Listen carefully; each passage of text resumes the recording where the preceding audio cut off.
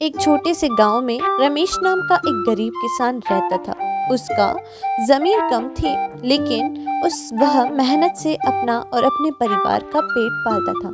रमेश बहुत ईमानदार और सच्चा इंसान था। एक दिन खेत जोतते समय रमेश को जमीन में कुछ चमकती हुई चीज दिखाई दी।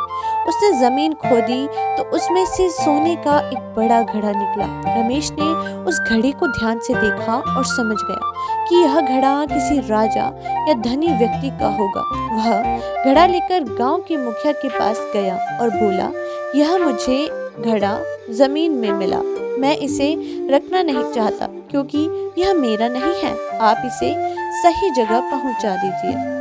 मुखिया ने रमेश की ईमानदारी की सराहना की और उसे राजा के पास ले गया। राजा ने रमेश की पूरी बात सुनी और उसकी सच्चाई से बहुत प्रभावित हुआ। राजा ने कहा, रमेश, तुम्हारी ईमानदारी ने मुझे बहुत खुश किया है। मैं यह सोने का घड़ा तुम्हें इनाम में देता हूँ। रमेश ने विनम्रता से कहा, महाराज, मुझे यह सोना नहीं चाहिए। मुझे सिर्फ अपनी मेहनत से कमाया हुआ अन्न ही काफी है। यह सोना आप किसी जरूरतमंद को दे दीजिए। राजा रमेश की बात सुनकर और भी प्रभावित हुआ। उसने रमेश को कुछ पैसे और नई जमीन उपहार में दी ताकि वह अपनी खेती और बेहतर तरीके से कर सके। साथ ही राजा ने उसे सोने के घड़े को गरीबों में बांट दिया।